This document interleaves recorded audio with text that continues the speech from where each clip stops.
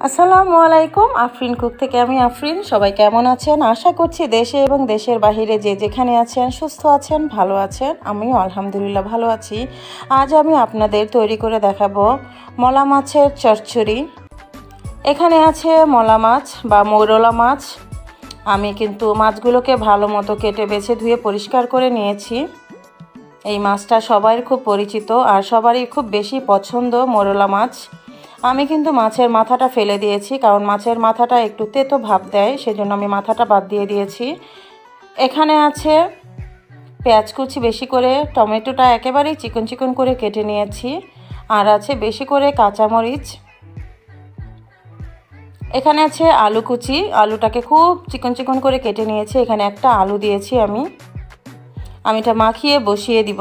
তো আমি প্রথমে পাতিলে দিয়ে দিচ্ছি আলু কুচিটা, দিয়ে দিচ্ছি বেশি করে কাঁচামরিচ কুচি, পেঁয়াজ কুচি,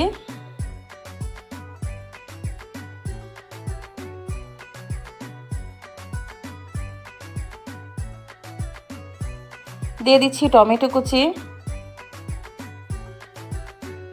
দিয়ে দিচ্ছি রসুন বাটা 1 চা চামচ, সামান্য লবণ, হলুদের গুঁড়ো আর লাল মরিচের গুঁড়ো, দিয়ে দিচ্ছি পরিমাণ মতো সাদা তেল। আমি এখন এই সমস্ত উপকরণগুলো ভালো মতো হাত দিয়ে মিশিয়ে নিব। এটা হাত দিয়েই করতে হবে। সমস্ত মশলাগুলোকে ভালো মতো মিশিয়ে দিতে হবে। এটা একটু বেশি ঝাল ঝাল হলেই বেশি ভালো লাগে, যেহেতু এটা ছোট মাছের চচ্চড়ি।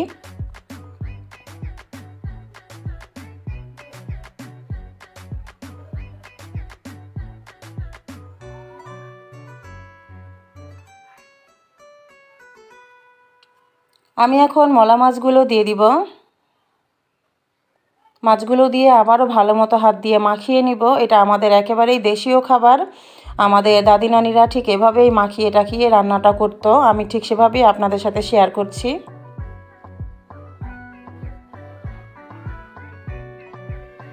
আমার মাখানো হয়ে গেছে। আমি অল্প একটু পানি দিব, বেশি পানি দিব না।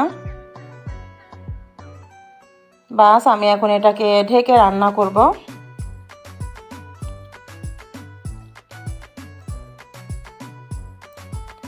আমার কিন্তু মলা মাছের চচ্চড়িতে কিন্তু বলক চলে এসছে। একটু অল্প করে একটু নেড়েচেড়ে উল্টে পাল্টে দিব, বেশি নাড়াচাড়া করা যাবে না, যেহেতু এটা ছোট মাছ ভেঙে যাবে।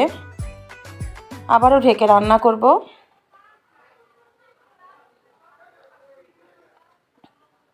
আমি এখন দিয়ে দিব ধনিয়া পাতা কুচি,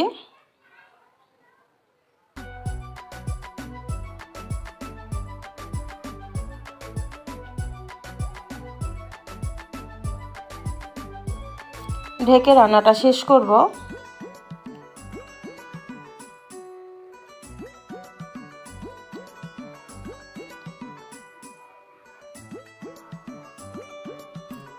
আমার কিন্তু মলা মাছের চচ্চড়িটা কিন্তু হয়ে গেছে। আমি একেবারে ঝোল শুকিয়েও ফেলবো না, আবার ঝোলও রাখবো না, একটু মাখা মাখা অবস্থায় থাকবে।